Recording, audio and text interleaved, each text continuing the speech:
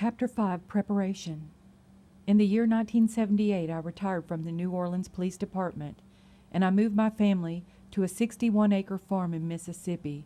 It was here on this farm that my wife and I started a new ministry by opening our home to less fortunate children who had been neglected, abused, and misused. In a period of 3 years, we had opened our home to 32 children, realizing that most people considered themselves blessed raising small families.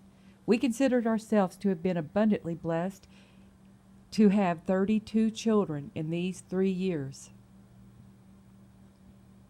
While conducting our new ministry after my retirement, I was still involved in a phase of law enforcement work.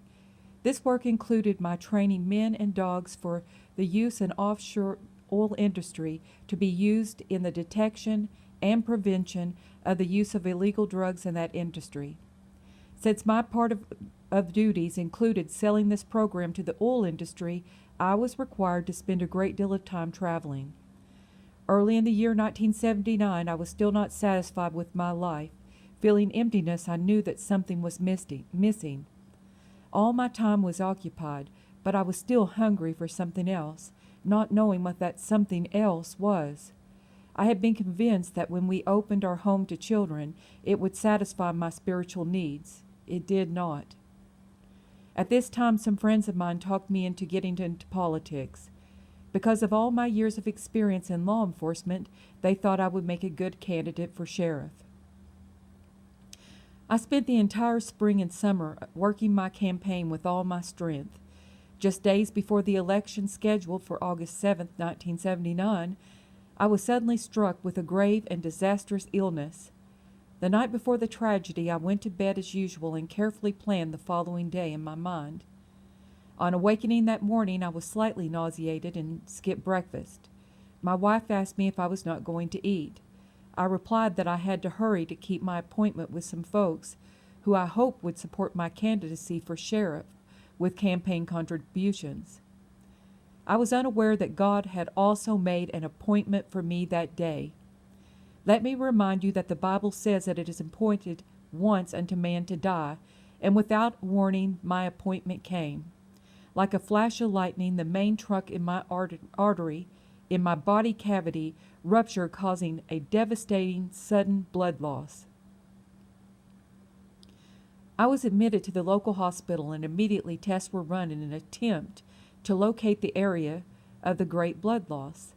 The local hospital was very small and did not have sufficient equipment to deal with the problem that I had presented. Late in the afternoon of August 3, 1979, my physician came into my room, and I could tell by the look on his face that he was concerned. He said to me, "Mr. Pittman, you are a very sick man. We do not have the expertise, personnel, nor equipment here to take care of what you have. I am therefore recommending that you be transferred immediately to the regional medical center."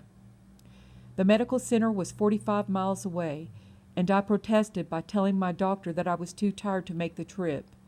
Wanting to rest, I asked the doctor to allow me to stay where I was overnight and to transfer me the following day. I pleaded for him to allow me to gain strength, and then I said, "Perhaps I'll go tomorrow." He replied, "You won't be here tomorrow." They prepared an ambulance, assigned a paramedic to attend me in the ambulance, and permitted my wife to ride as we started off on the trip. About halfway from the medical center, all my vital life signs suddenly failed. My veins collapsed, preventing my body from receiving the life-supporting blood and drip. The paramedic judged me dead and radioed ahead what had happened. He requested the hospital assign a physician to meet us on the ramp, explaining perhaps the physician could revive me and restore the vital life signs. When we arrived, a waiting physician took me immediately to the emergency room, where a desperate battle began that was to take over the next 24 hours.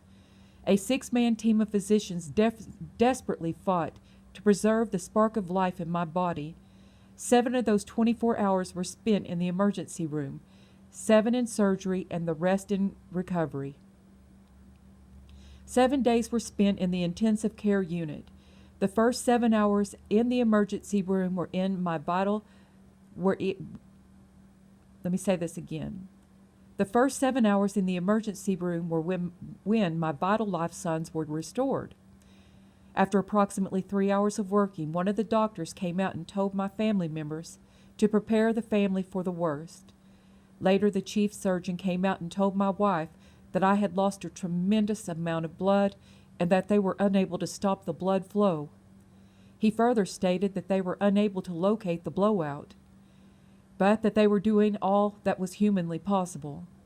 He added that the situation was indeed grim and that he could not give her any basis for much hope.